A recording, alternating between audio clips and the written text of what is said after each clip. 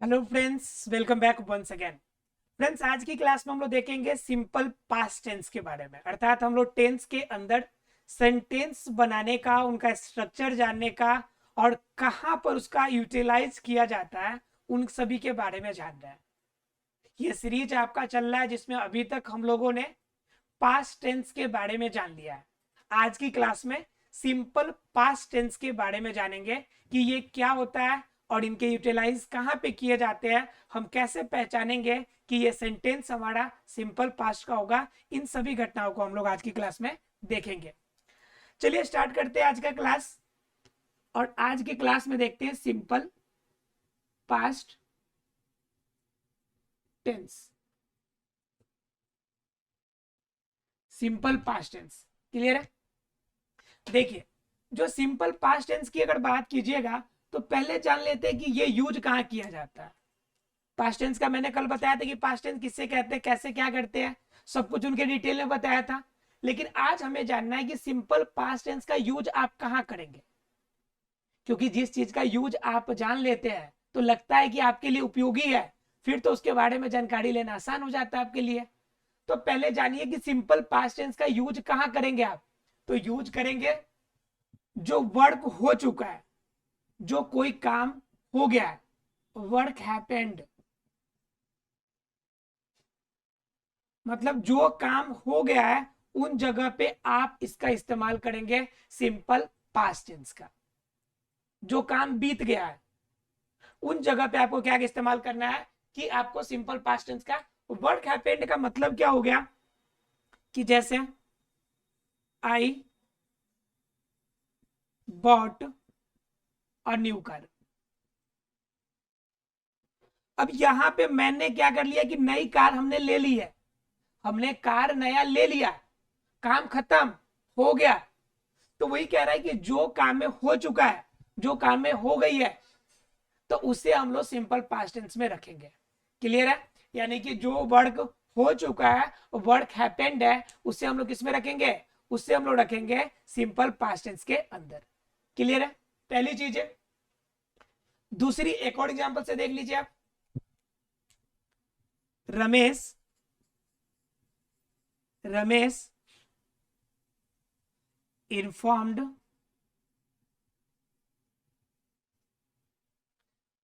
To principal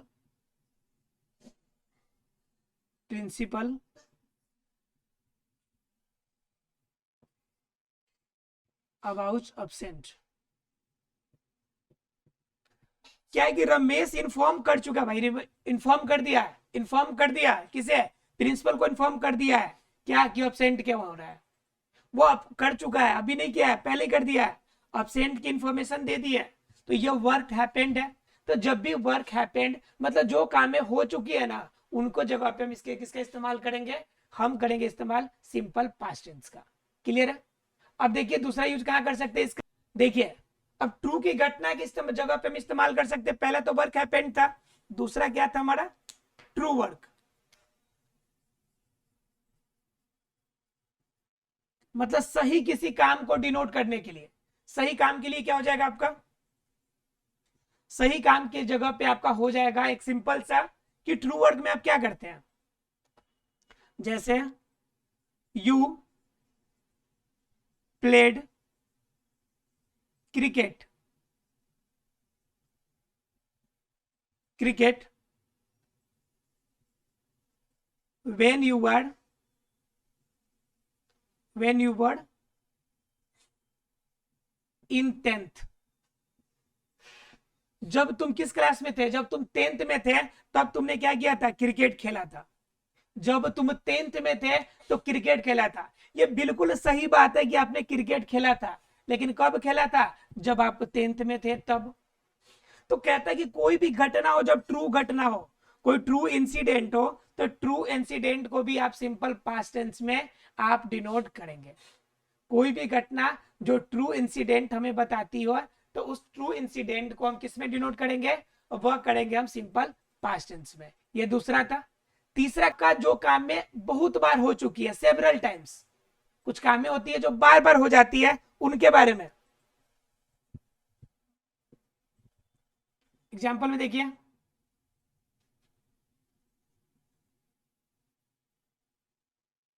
I worked as a teacher 1 year. मैंने 1 वर्ष काम किया एक टीचर के फॉर्म में, एक टीचर की तरह मैंने 1 साल काम किया है। तो यहां पे क्या होगा, वर्क हमें क्या बता रहा है, सिंपल पास्ट टेंस को। और ये सिंपल पास्ट टेंस क्या हो गया कि ये घटना जो हमें बता रही है कि ये काम हमने पहले कर लिया है। मतलब क्या, जो घटनाएं, जो चीजें आप बार बार कहते हैं, जो रिपीटेडली जो काम कर चुके हैं उनके बारे में आप कर सकते हैं। जो काम में रिपीटेडली आप करते हैं उनके बारे में। तो ये 3 जगह ऐसे थे जहां पे आप इसका इस्तेमाल कर सकते हैं सिंपल पास्ट टेंस का।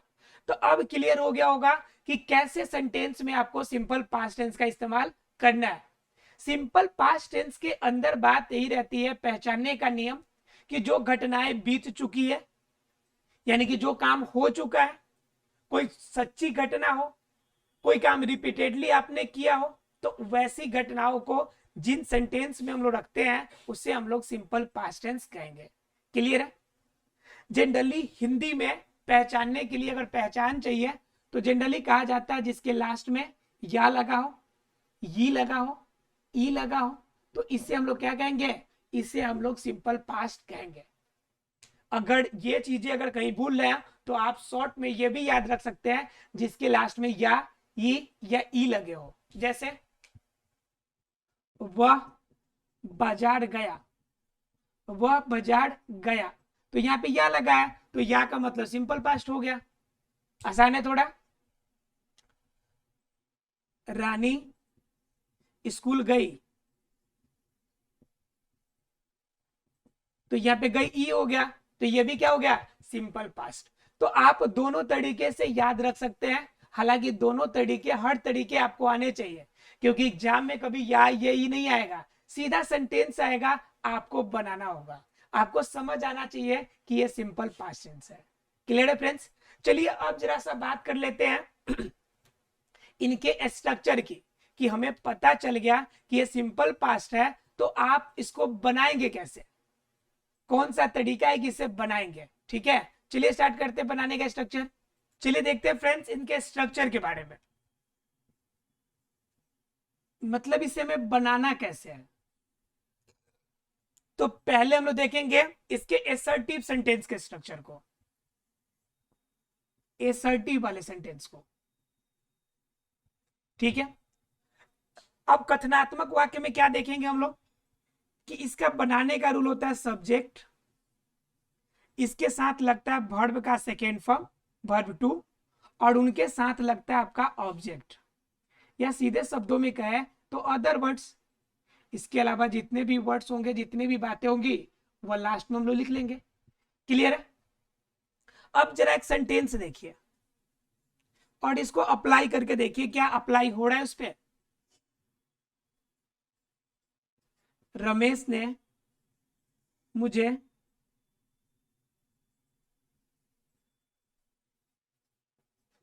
एक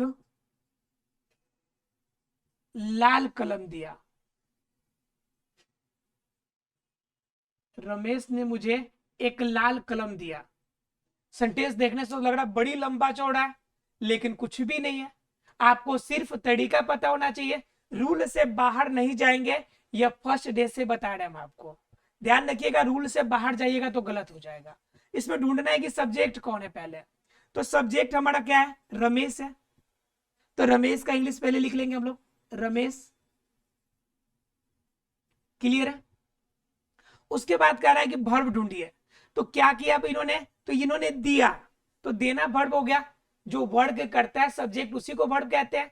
तो देने का इंग्लिश क्या होता है, गिव। क्या होता है, गिव। और गिव का अगर वर्ब टू बात कीजिएगा तो होता है गैब, GAVE। तो देखिए, तो गिव का वर्ब टू क्या होता है, गैब होता है। तो यहाँ पे इस्तेमाल क्या करना है आपको, रमेश के बाद वर्ब टू इस्तेमाल करना है गैब, GAVE, गैब। राइट? तो क्या हो गया, रमेश गैब। ठीक है, उसके बाद क्या क्या करता है कि रमेश मुझे एक कलम देता है, तो क्या देता है, गैब। रेड पेन दे रहा है हमें, तो गैब अ रेड पेन। हमें लाल कलम देता है। और किससे दे रहा है भाई? तो मुझे दे रहा है, तो अदर वर्ड्स में क्या हो जाएगा? मुझे। रेड पेन टू मी, तो लास्ट में टू मी लग गया। अब देखिए कितना इजीली सेंटेंस बन गया। हमें सिर्फ क्या करना है? मेन सब्जेक्ट ढूंढना है, वर्ब ढूंढना है, और बाकी जितने अदर वर्ड्स है उसको लाइन से लिख देने हैं, कुछ करना ही नहीं है। मेन काम आपको सब्जेक्ट ढूंढना ही है।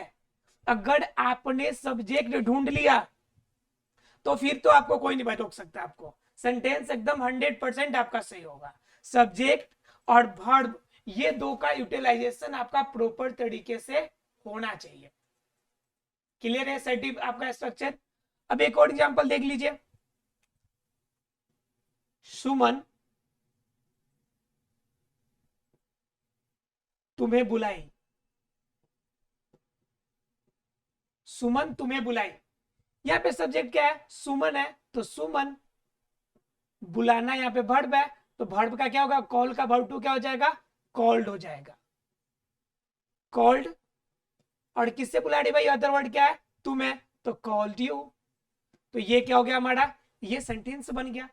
कितना इजीली हम लोग सेंटेंस बना सकते हैं, बिल्कुल भी टाइम नहीं लगेगा। क्लियर है सब किसी को? एसर्टिव सेंटेंस अगर एसर्टिव स्ट्रक्चर क्लियर है, तो अब देखते हैं हम लोग इसके निगेटिव स्ट्रक्चर को। और निगेटिव का तो आपको गोल्डन रूल पता ही है। चलिए बात करते हैं निगेटिव स्ट्रक्चर की। और निगेटिव का हमारा क्या है कि गोल्डन रूल है कि हमेशा थर्ड स्थान पे जो होगा वह क्या लगा होना चाहिए? नॉट का यूज करना है हमें। तो देखिए अब सब्जेक्ट तो हमने यूज कर लिया, हमने थर्ड फॉर्म पे नॉट भी इस्तेमाल कर लिया, अब लास्ट में हमने अदर वर्ड्स भी यूज कर लिया। अब हमारे पास प्रॉब्लम दो जगह की है कि हम लोग नॉट के पहले क्या इस्तेमाल करें और यहाँ पे वर्ब का इस्तेमाल क्या करें हम। बात प्रॉब्लम में नहीं पे फंस रही है, हमें फंस रही है ना। तो देखिए कि इसके अंदर आपका क्या लगाना है यहाँ पे, कि यहाँ पे क्या लगा दे कि नॉट तीसरे नंबर पे चला जाए। ठीक है, तो जरा याद कीजिए कि सिंपल प्रेजेंट टेंस में हम लोग डू लगाते थे, डू या डज लगाते थे ना। और इसका नियम कहता है सिंपल पास्ट का कि हमेशा यह वर्ब टू लेगा। क्या लेगा? वर्ब टू लेगा। तो डू का वर्ब थ्री बताओ क्या होगा? तो डू का वर्ब थ्री होता, वर्ब टू जो होता है वो डिड होता है। क्या होता है? डिड। तो यही डिड को उठा कर ले आकर बीच में लगा दीजिए आप, हो गया डिड। डू वहां पे लगाते थे सिंपल प्रेजेंट में, तो डू के बदले में इसका वर्ब टू कर दिया हम लोग। क्या? वर्ब टू कर दिए डिड, तो हमने डिड यहां पर लगा दिया। अब बताइए सब्जेक्ट हो गया, वर्ब टू भी हो गया, नॉट भी हो गया, तो अब वर्ब टू फिर दोबारा लगेगा? बिल्कुल भी नहीं लगेगा। तो इस वजह से अब वर्ब का कौन सा फॉर्म आ जाएगा? Verb one. याद रखिएगा हमेशा कि एग्जाम में कभी भी डिड के इस्तेमाल करने के बाद वर्ब टू का यूज नहीं कीजिएगा, क्योंकि डिड तो पहले से वर्ब टू आ गया। तो फिर अगर वर्ब टू यूज करते हैं तो गलत हो जाएगा, दोनों वर्ब टू हो जाएगा। इसलिए डीड के साथ हमेशा वर्ब वन का इस्तेमाल किया जाता है। क्लियर है? अब जरा देखिए कि एग्जांपल, तुम बाजार नहीं गई। ठीक है, कोई भाई अपने बहन से पूछ रहा भाई कि तुम बाजार नहीं गई, तो देखिए इसको कैसे बनाएंगे। तो पहले सब्जेक्ट ढूंढेंगे, तो तुम का इंग्लिश यू, फिर उसके बाद आपका डिड, फिर उसके साथ क्या लगाना है? नॉट। और उसके बाद जाना का यहाँ पे, तो जाना का वर्ब टू क्या हो जाएगा आपका? वेंट। वेंट कहां पे? बाजार, तो टू मार्केट। क्लियर है? यानी कि you did not went to market. Clear है? Did not went to market बन जाएगा। गो टू मार्केट होता है, या सीधा टू यहां पे इस्तेमाल न करके सीधा हम क्या कहेंगे? He you did not went market. To का इस्तेमाल यहां पर हम नहीं करेंगे। क्लियर है? तो क्या हो जाएगा? You did not went market. एक और एग्जांपल देख ले।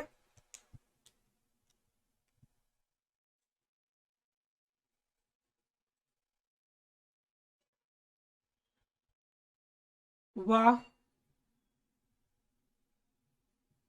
नहीं पढ़ा, वह नहीं पढ़ा। इसको क्या करेंगे, ही सब्जेक्ट, फिर डिड, इसके साथ लगाएंगे नॉट तीसरे नंबर पे, और पढ़ना का वर्ब टू, वर्ब वन भी रीड, वर्ब टू भी रेड, और वर्ब थ्री भी रेड। तो रेड का स्पेलिंग भी READ ही होता है, सिर्फ प्रोनाउंसिएशन चेंज होगा। ठीक है, तो रीड होगा यहां पे। ठीक है, तो क्या हो जाएगा, ही डिड नॉट रेड बन जाएगा। आसानी से बना सकते हैं निगेटिव स्ट्रक्चर भी। अब जरा बात कर लेते हैं इंट्रोगेटिव स्ट्रक्चर की। अब किसकी बात करेंगे हम लोग, इंट्रोगेटिव स्ट्रक्चर की। तो इंट्रोगेटिव में आपको पता है कि दो तरह के होते हैं इंट्रोगेटिव। एक कैसा होगा, एक तो ऐसा होगा जिसके अंदर क्या लगा हो, क्या मैंने पढ़ाया। ठीक है, पहला सेंटेंस। दूसरा इसी में बनेगा, मैं क्या पढ़ाया, मैं क्या पढ़ाया। दोनों चीजें में देखिए क्या डिफरेंस है। इसमें क्या है, इसका मतलब हाँ या ना में होगा आंसर। ठीक है, और इसका आंसर क्या होगा कि इसमें हमें बताना पड़ेगा कि हमने क्या आइटम पढ़ाया, क्या हमने टॉपिक पढ़ाया, क्या हमने मैटर बताया।